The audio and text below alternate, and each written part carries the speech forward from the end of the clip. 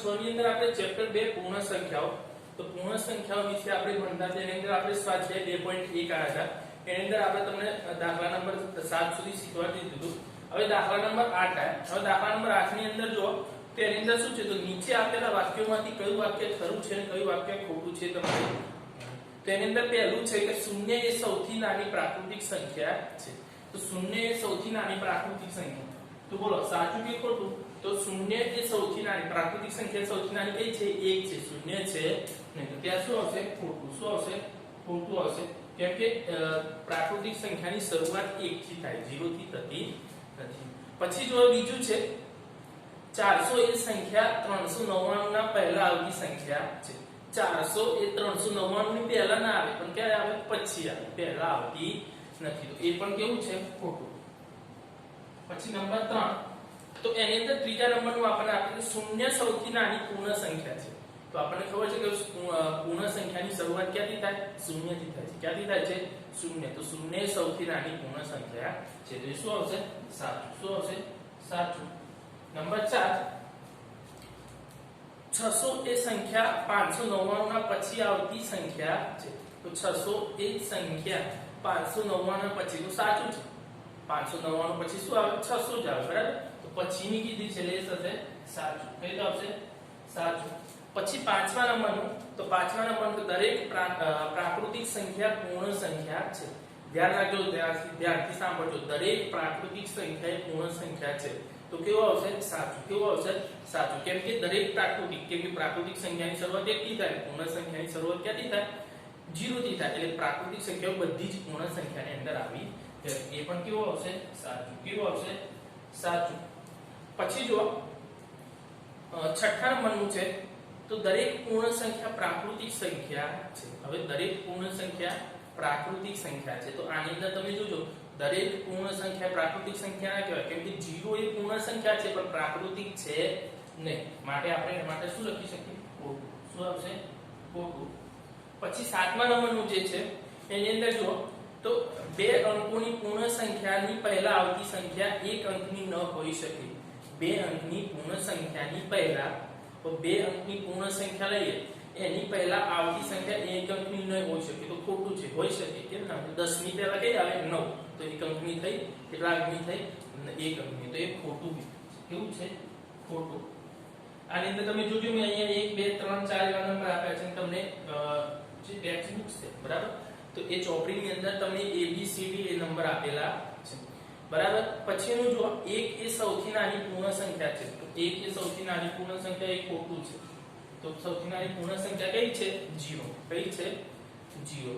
પ્રાકૃતિક સંખ્યા 1 ની પહેલા આવતી કોઈ સંખ્યા નથી તો પ્રાકૃતિક સંખ્યા 1 છે સૌથી નાની 1 છે એની પહેલા કોઈ સંખ્યા આવતી નથી જો પૂર્ણ કીધું હોય તો એની પહેલા એ 0 આવે પણ પ્રાકૃતિકમાં આવતું નથી જો પ્રાકૃતિક સંખ્યા છે તો પ્રાકૃતિક સંખ્યાને આવતી નથી તે પણ સાચું છે કયું છે સાચું પછી 10મા નંબરનું જો તો 10મા નંબરનું છે પૂર્ણ સંખ્યા 1 ની પાસે તેની પહેલા આવતી કોઈ સંખ્યા નથી પૂર્ણ સંખ્યા 1 ની પાસે તેની પહેલા આવતી કોઈ સંખ્યા નથી તો પૂર્ણ સંખ્યામાં તો 1 ની પહેલા આવે છે ને કઈ આવે 0 આવે કઈ આવે 0 તો આપણે એમ શું કહી શકીએ ખોટું શું કહી શકીએ ખોટું કેમ કે એ પહેલા સંખ્યા આવે છે પછી 11મા નંબરનું પૂર્ણ સંખ્યા 13 એ સંખ્યા 11 અને 12 વચ્ચે આવતી સંખ્યા છે 13 એ 11 અને 12 સિમ્પલ છે 13 એ 11 અને 12 વચ્ચે આવે ના આવે 11 અને 12 વચ્ચે કોઈ સંખ્યા આવે 12 પછી 13 આવે 12 પછી 13 આવે એ પણ શું થઈ ગયું ખોટું શું થઈ ગયું ખોટું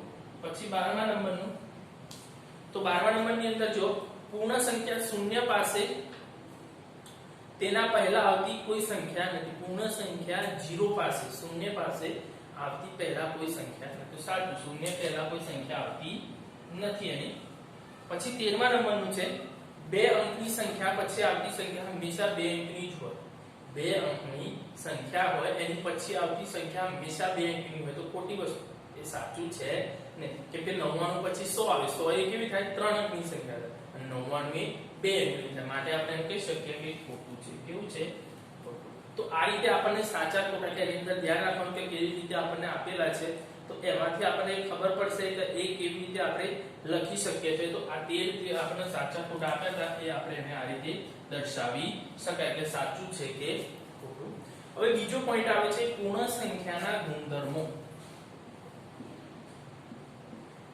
પૂર્ણ સંખ્યાના ગુણધર્મો. હવે સમૃદ્ધતાનો ગુણધર્મ એવું કહે છે કે સમૃદ્ધતાના ગુણધર્મની અંદર શું હોય તો સમૃદ્ધતાનો જે ગુણધર્મ છે એમાં કોઈ પણ બે પૂર્ણાંક સંખ્યાનો એની અંદર આપણે બે ક્રિયાઓ જોઈશું, સરવાળા એટલે સરવાળો અને ગુણાકાર. ત્યારે આપણે સરવાળા વિશે જોઈએ તો સરવાળા વિશે સમૃદ્ધતાનો ગુણધર્મ છે. તો સરવાળા વિશે સમૃદ્ધતાનો ગુણધર્મ આપણને જે આપે છે બરાબર એ આપણે જોઈએ તો એની અંદરથી આપણને ખબર પડશે કે કયા ગુણધર્મને કેવી રીતે લાગુ પડે છે. હવે આપણે સરવાળા માટે જોઈએ તો સરવાળા માટે પૂર્ણ સંખ્યા જોઈએ તો પૂર્ણ સંખ્યા એટલે શું તો દાખલા તરીકે અહીંયા કરીએ છે 3 + 4 બરાબર કેટલા થશે 7. તો 3 પૂર્ણ સંખ્યા 4 પૂર્ણ સંખ્યાનો જવાબ 7 આવ્યો. જવાબ કેટલો આવ્યો 7 આવ્યો. તો એ પણ કેવી સંખ્યા છે પૂર્ણ સંખ્યા છે. માટે આપણે કહી શકીએ કે સરવાળા માટે સમૃદ્ધતાનો ગુણધર્મ લાગુ પડે છે. એનો જવાબ કોઈ પણ સંખ્યા તમે લો 12 + 5 12 + 5 તો આ સંખ્યા આપણે લીધી 5 લીધી તો 12 + 5 કેટલા થશે 17. તો આ જે જવાબ આવ્યો એ પણ પૂર્ણ સંખ્યા આપણને આપણ તો 3 3 પૂર્ણ સંખ્યાનો જવાબ એટલે કે આપણે કહી શકીએ કે એની અંદર સમૃદ્ધતાનો ગુણધર્મ લાગુ પડે છે. એનો જે સરવાળાનો ગુણધર્મ છે એની અંદર પછી આવે છે બાદબાકી. તો અહીંયા થાય સરવાળા માટે શું થાય છે ગુણધર્મનું તો ગુણધર્મનું અહીંયા લખવાનું ગુણધર્મનું પાલન થાય છે બરાબર. કે સરવાળા માટેનું જે ગુણધર્મ છે એનું પાલન થાય છે. હવે બાદબાકીની અંદર જોઈએ કે ગુણધર્મનું પાલન થાય છે કે નહીં. તો બાદબાકીની અંદર આપણે દાખલા તરીકે બાદબાકી જોઈએ છે તો અહીંયા આપણે લખીએ છે 4 - 2 બરાબર કેટલા આવશે 2. હવે આની અંદર જો તો આની અંદર તમે જોશો તો આપણને એમાં ગુણધર્મનું પાલન થયું. શું થયું ગુણધર્મનું પાલન થયું. બીજું ઉદાહરણ જોઈએ આપણે 10 - 12 તો 10 - 12 આયા તો જવાબ શું આવશે -2. કેમ કે નાની સંખ્યામાંથી મોટી સંખ્યા માઈનસ કરીએ છીએ આપણે એટલે જવાબ માઈનસ આવે છે. અને માઈનસ હોય એ પૂર્ણ સંખ્યા કહેવાશે અને એ પૂર્ણ સંખ્યા કહેવાય. અને તમે આગળ ધોરણમાં જશો એટલે તમને ખબર પડશે કે પૂર્ણાંક સંખ્યાને શું કહેવાય પૂર્ણાંક સંખ્યાની અંદર ઋણ સંખ્યા છે. માઈનસ એટલે ઋણ અને આ છે ધન સંખ્યા. એટલે આપણે એની અંદર જો તો કોઈ પણ ની અંદર જો તો આની અંદર આ ગુણધર્મ તેમ થઈ જાય કે ગુણધર્મનું પાલન થતું નથી. તો આની અંદર શું થાય છે બાદબાકીની અંદર એ ગુણધર્મનું પાલન થતું સમૃદ્ધતાનો જે ગુણધર્મ છે એનું પાલન થતું નથી. પછી આવે છે ગુણાકાર. તો ગુણાકારની અંદર ગુણધર્મનું પાલન થાય છે કે નહીં આપણે જોઈએ. તો ગુણાકારની અંદર દાખલા તરીકે કોઈ સંખ્યા લઈએ છે આપણે 3 × 5 તો 5 તરી 15. કોઈ પણ સંખ્યા લો તમે 2 × 3 તો 3 × 6. તો આની અંદર જો આ બે પૂર્ણ સંખ્યા આ પૂર્ણ સંખ્યા અહીંયા જે જવાબ આવ્યો એ પૂર્ણ સંખ્યા. બીજા દાખલાની અંદર આ પણ જવાબ આવ્યો પણ કેવું છે પૂર્ણ સંખ્યા છે. તો પૂર્ણ સંખ્યા આવ્યો તો એનો મતલબ આપણે શું કહે કે એની અંદર ગુણધર્મનું પાલન થાય છે. શું આવે ગુણધર્મનું પાલન થાય છે બરાબર. જેની અંદર પાલન થતું નથી એને આપણે લખ્યું કે પાલન થતું નથી અને જેની અંદર લખ્યા આપણે પાલન થાય છે. તો ગુણધર્મનું પાલન થાય છે. પછી આવે છે ભાગાકાર. શું આવે છે ભાગાકાર. તો આની અંદર આપણને 4 એ 4 ના આપણને ગુણધર્મો કીધા છે. જે આવે તો હવે ગુણધર્મો એ ગુણધર્મો આપણે તો હવે જો ભાગાકારનો ગુણધર્મ તો ભાગાકારની અંદર આપણે જોઈએ દાખલા તરીકે અહીંયા આપણે જોઈએ છે 10/5 બરાબર કેટલા થશે 2. કેટલા થશે 2. પણ આપણે કોઈ જ્યારે કોઈ સંખ્યા દાખલા તરીકે 15/20 હવે 15/20 થાય એટલે શું થાય આ રીતે પણ લખાશે 15/20. તો આપણે બંનેને બે રીતે લખી શકીએ. આને આ રીતે પણ લખી શકીએ અને આ રીતે લખીએ. હવે આનો ભાગાકાર કરીએ તો એનો ભાગાકાર થશે અને આનું અતિસંક્ષિપ્ત રૂપ થશે. આ સંખ્યાનું અતિસંક્ષિપ્ત રૂપ કરીએ આપણે તો કેવી રીતે થશે તો અહીંયા આપણે કહીએ કે 3 × 5 અને નીચે આવશે 4 × 5 5 ઉડી ગયા તો 3/4. પણ 3/4 છે એ પૂર્ણ સંખ્યા નથી. એ પૂર્ણ સંખ્યાને કહેવાય કેવી કહેવાય અપૂર્ણાંક સંખ્યા. કેવી કહેવાશે અપૂર્ણાંક સંખ્યા કહેવાય. માટે અહીંયા આપણે કહી શકીએ કે પાલન થતું નથી. તો તમે જોઈએ અહીંયા આપણે સમૃદ્ધતાના ગુણધર્મની અંદર તો સમૃદ્ધતાનો ગુણધર્મ તેમાં સરવાળા માટે, તો સરવાળા માટે જોઈએ તો પાલન થાય છે. પાલન થાય છે એનો મતલબ શું કે એનો જવાબ પૂર્ણ સંખ્યા આવે. શું આવે?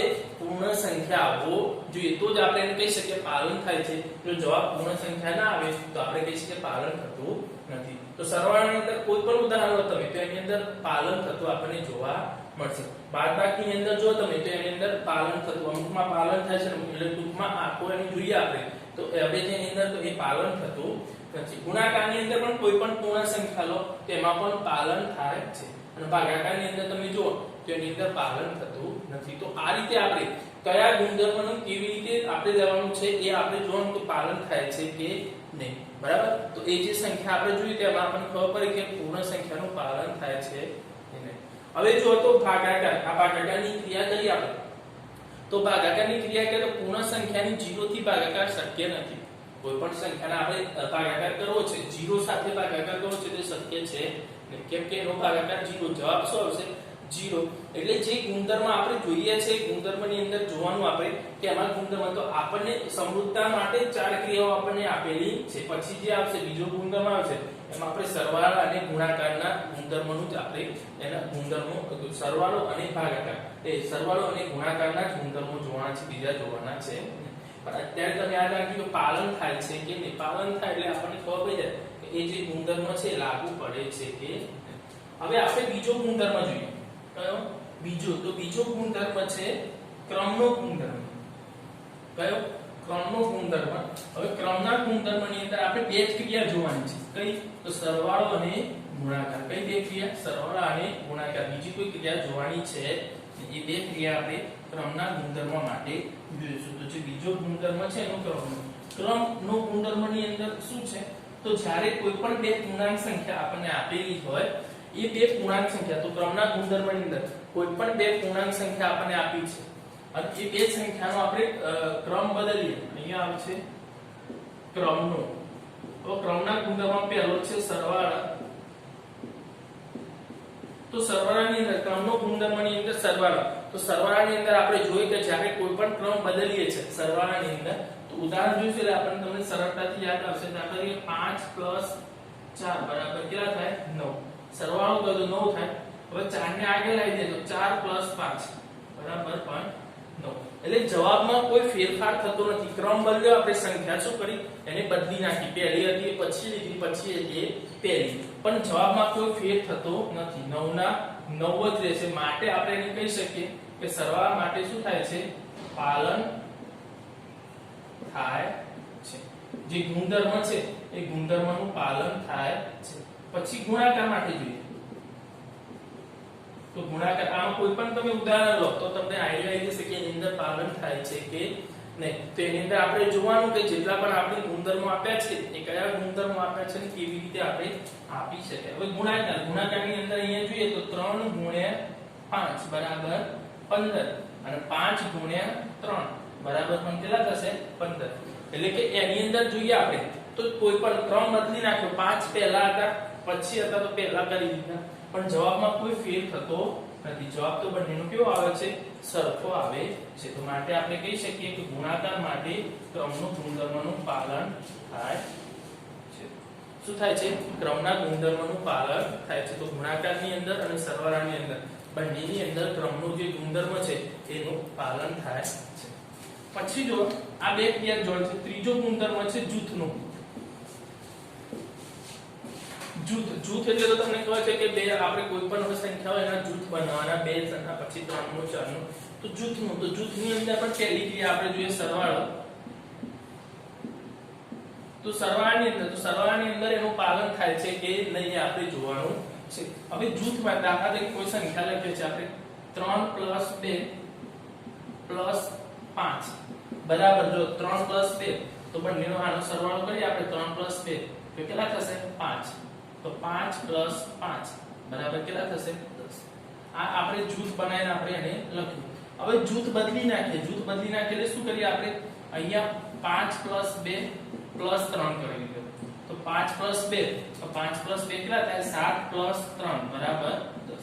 તો આની અંદર જો 5 પહેલા 12 હતા પછી અહીંયા અંદર લઈ લીધા, 3 અંદર હતા અને 12 લઈ લીધા એટલે આપણે જૂથ બદલી નાખ્યું શું કહી દીધું જૂથ બદલી નાખ્યું તો જૂથ બદલ્યું પણ જવાબમાં કોઈ ફેરફાર થતો નથી બંનેનો જવાબ કેવો આવે છે સરખો આવે છે એટલે કે જૂથ બદલીએ તો પણ જવાબમાં કોઈ ફેરફાર થતો નથી તો જવાબમાં કોઈ ફેરફાર થતો નથી એનો મતલબ આપણે શું કહી શકીએ તો પાલન થાય છે જે ગુણધર્મ છે એ ગુણધર્મનું એનું પાલન થતું જોવા મળે છે પછી આવે છે ગુણાકાર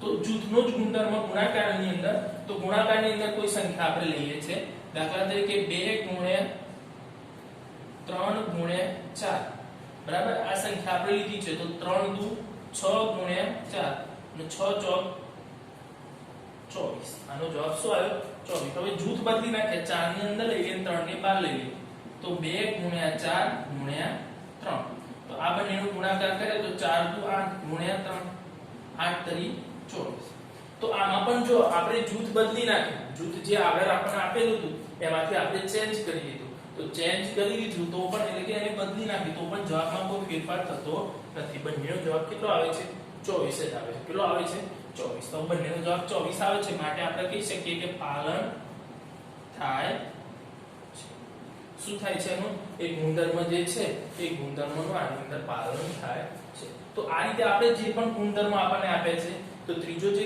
ક્રમનો ગુણધર્મ હતો સરવાળા અને ગુણાકાર માટે પછી ચોથો એનો ત્રીજો ગુણધર્મ જે જૂથનો હતો એમાં પણ આપણે કહી શકીએ કે એની અંદર પાલન થાય છે જે સંખ્યા આપણને આપી છે એમાં સંખ્યામાં ફેરફાર કરે તો પણ એના જે ફેરફાર કરે તો પણ એમાં આપણે જોઈએ તો એ જે સંખ્યા આપણને આપી છે એને આપણે કહી શકીએ કે ગુણધર્મનું પાલન થતું જોવા મળે છે હવે જોઈએ ગુણાકારનું સરવાળામાં વિભાજન નવો એક ગુણધર્મ આવે છે કે ગુણાકારનું સરવાળાની અંદર વિભાજન ગુણાકારનું સરવાળામાં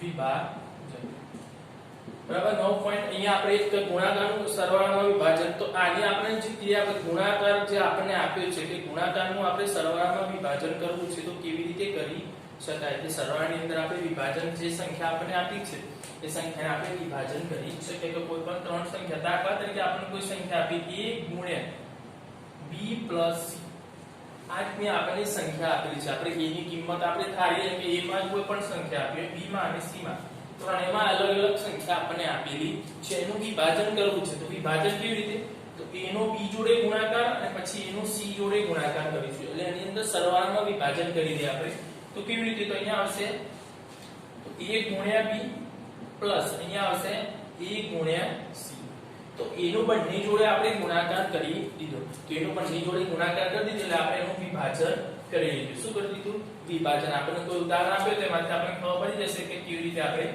કોઈ કિંમત મૂકી દઈએ કે 3 ગુણ્યા 4 પ્લસ 2 આપણને આવી સંખ્યા આપેલી છે હવે શું કરીએ તો 3 નો 4 જોડે ગુણાકાર કરીએ એટલે 3 ગુણ્યા 4 પછી પ્લસ છે તો પ્લસ અને 3 નો 2 જોડે તો 3 ગુણ્યા 2 હવે આ સરવાળામાં વિભાજન આપણે કરી દીધું તો આ વિભાજન થી આપણે તો ધ્યાન રાખજો એટલે આપણે વિભાજન કરીને કરી શકીએ અને જે સંખ્યા આપણે આપી તે રીતે પણ કરી શકીએ તો 4 તરી 12 પ્લસ 3 દુ 6 બરાબર 12 પ્લસ 6 એટલે કેટલા થશે 18 કેટલા થશે 18 હવે જો આને આ જ રીતે આપણે લેવું છે કે એનું વિભાજન થાય આપણે તો 3 ગુણ્યા 4 પ્લસ 2 તો 3 ગુણ્યા 4 પ્લસ 2 એટલે કેટલા થશે 6 6 તરી 18 તો બંનેનો જવાબ આવી ગયો તો આ રીતે આપણે સરળતા માટે એનું વિભાજન કરવાનું છે જે સંખ્યા આપણને આપી હોય તે સંખ્યાની અંદર આપણે વિભાજન એટલે આપણે ઉદાહરણ જોઈશું તો આપણને વધારે આઈડિયા આવશે એની અંદર કે એનું વિભાજન આપણે કેવી રીતે કરીએ છીએ કે જે સંખ્યા આપણને આપેલી બરાબર તો આ રીતે આપણે વિભાજન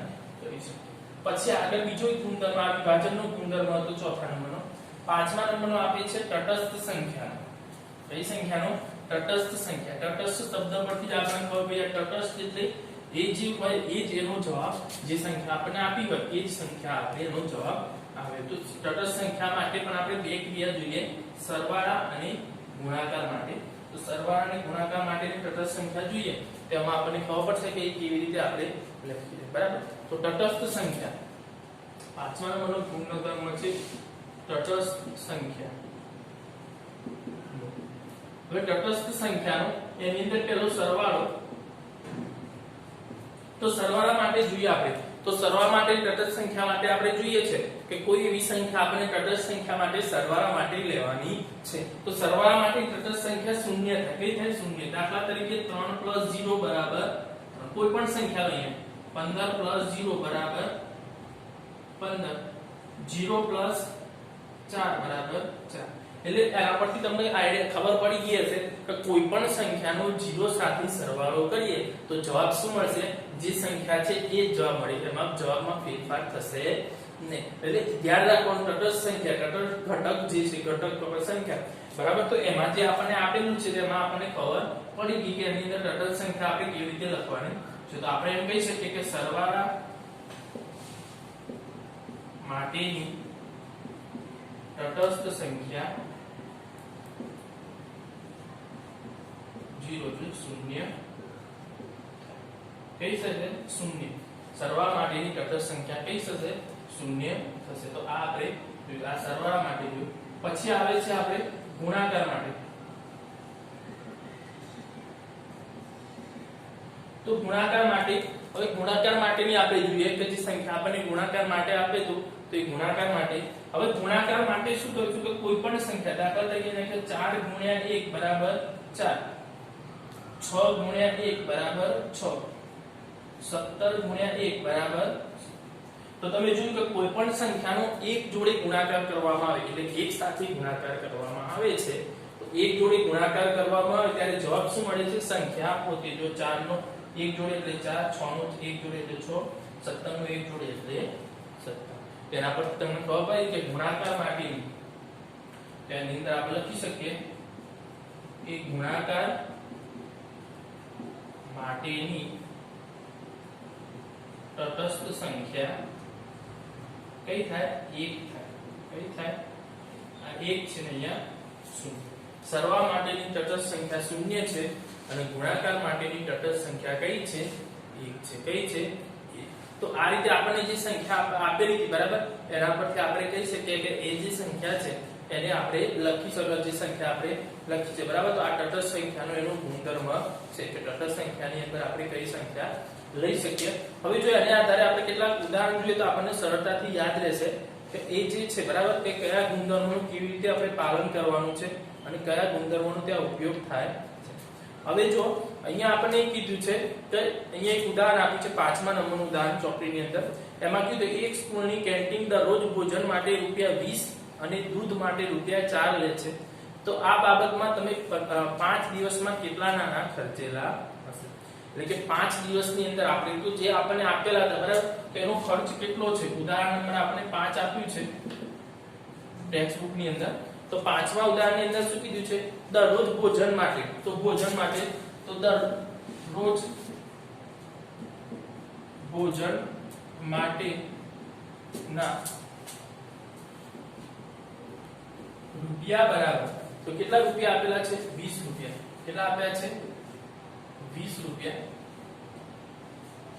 બરાબર અને પછી કીધું દૂધ માટે તો દૂધ માટે ના રૂપિયા બરાબર 5 કેટલા રૂપિયા આપેલા છે તો દરરોજ દૂધ માટેના એને 5 અને 4 રૂપિયા આપેલા છે બરાબર તો આ બંને દરરોજ આટલો ખર્ચ તો આ બંનેનો જેટલો તો કેટલા દિવસ માટે તો 5 દિવસ માટે કેટલા દિવસ માટે તો 5 દિવસનો કુલ ખર્ચ આપણે જોવાનો તો 5 દિવસનો કુલ ખર્ચ તો 5 દિવસનો કુલ ખર્ચ કેટલો થશે કે એ બંનેનો તો આ બંનેનો દિવસની અંદર આપણે સરવાળો કરી દઈએ કે એક દિવસની અંદર કેટલો તો એક દિવસનો કુલ ખર્ચ તો એક દિવસનો કુલ ખર્ચ બરાબર કેટલા થશે 20 પ્લસ 4 ભોજન પ્લસ તો બંનેનો સરવાળો કરીએ કેટલા થશે 24 કેટલા થશે 24 તો એક દિવસના 24 રૂપિયા ખર્ચ થશે હવે એવા તો કેટલા 5 દિવસ માટે ખર્ચ કરવાનો છે તો 5 દિવસ માટે આપણે ખર્ચ કરવો છે તો 5 દિવસ માટે કેટલો થશે તો એને આપણે વિભાજનના ગુણધર્મનો ઉપયોગ કરીને કરી શકીએ દાખલા તરીકે 5 દિવસ ગુણ્યા એક દિવસનો ખર્ચ આપણે લઈએ છીએ તો 20 પ્લસ 4 બરાબર આ વિભાજનનો તો શું કર્યું વિભાજનનો ગુણધર્મ બરાબર આ ગુણધર્મનો ઉપયોગ કર્યો છે તો 5 ગુણ્યા આ બંનેનો આપણે સરવાળો કરીએ તો 5 નો આપણે કરી દઈએ તો આ બંનેનો કરીએ તો 24 થશે અને 24 ગુણ્યા આપણે 5 કરીએ તો 24 ગુણ્યા 5 કરીએ તો 5 ચોક 20 અને 5 દુ 10 10 ને 2 12 તો કેટલા થશે 120 રૂપિયા તો 5 દિવસનું ખર્ચ કેટલું થશે 120 રૂપિયા આને આપણે વિભાજનનો કે બીજી રીતે આપણે જોવું હોય તો આપણે એને બે ભાગ પાડીને પણ ગણી શકાય કેવી રીતે તો અહીંયા જો તો આપણે 5 કૌંસમાં 20 પ્લસ 4 આપ્યા છે આમાં વિભાજન કરવું હોય તો 5 નો 20 જોડે ગુણાકાર કરો તો 5 ગુણ્યા 20 પ્લસ 5 નો 4 જોડે આપણે જે વિભાજનનો ગુણધર્મનો ઉપયોગ કરે એની અંદર તો જો આ બંનેનો ગુણાકાર કરીએ તો કેટલો થશે 100 અને આ બંનેનો ગુણાકાર કરીએ તો કેટલા થશે 20 100 પ્લસ 20 એટલે 120 રૂપિયા તો 5 દિવસનો કુલ ખર્ચ કેટલો થશે 20 રૂપિયા થશે બીજા ઘણા ઉદાહરણ છે એ આપણે નેક્સ્ટ લેક્ચરની અંદર જોઈશું